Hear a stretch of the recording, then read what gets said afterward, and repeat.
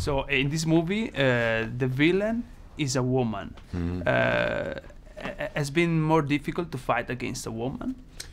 Well, just because it was Cate Blanchett, and I didn't want to accidentally hit her with a sword or something, because I'm such a fan of her on and off the screen. So I was a little, there was a little nervous energy going on there, but we rehearsed a lot with those fight scenes, and she had a huge passion and commitment to getting it right and doing all the stuff herself, and it was fantastic. Her performance is beyond intimidating.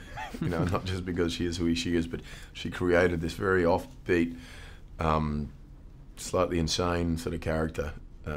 But she also had a point, and you could kind of understand why she was upset and why she was trying to do what she was doing. Oh, I've missed this. There's some great female characters in this movie, and Tessa Thompson, what she did with that character, there was such a brash sort of confidence to her, and coupled with a vulnerability. There's a Han Solo sort of quality that I thought was fantastic.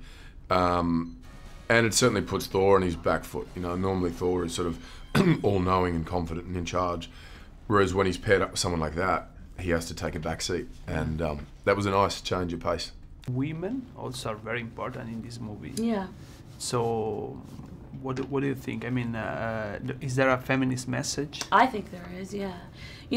I wasn't even thinking about it in those terms, and then Mark Ruffalo said to me, like, Bud, this is a really feminist movie, Bud. And I was like, really, Bud? He's like, yeah, Bud.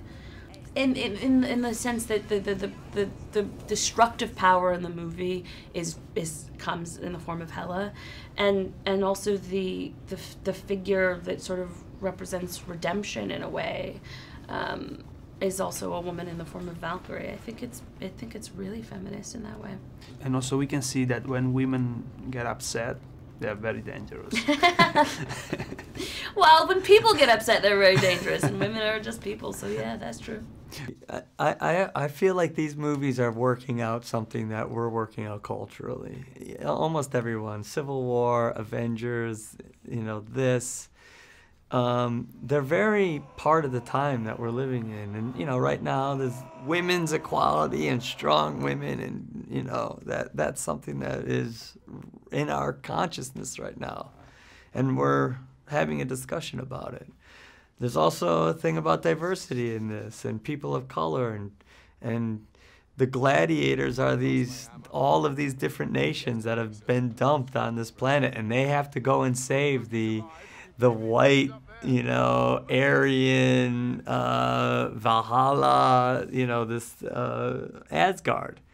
And so, yeah, there's a lot of interesting metaphors in these movies that are very part of the time that we're living in. I love those guys. They're wonderful. I'm so lucky to be in this movie. Kevin Feige and Louis D'Esposito, the whole upper tier makes these wonderful movies and this wonderful atmosphere. But the cast, so Chris, I'd worked with Liam before. I know the whole family a little bit. What a great, down-to-earth, beautiful, generous, big-hearted, talented, gorgeous family it is. He was very sweet to me on this. We had a lot of fun. He's so funny in this and so wonderful in this. Mark Ruffalo is spectacular. He's a hero of mine. I'm a wild fan of his. I've admired him since You Can Count on Me, and his stage work. And we get together and talk. I love him to pieces. And many other people in this movie, but those two you mentioned, I'm crazy about.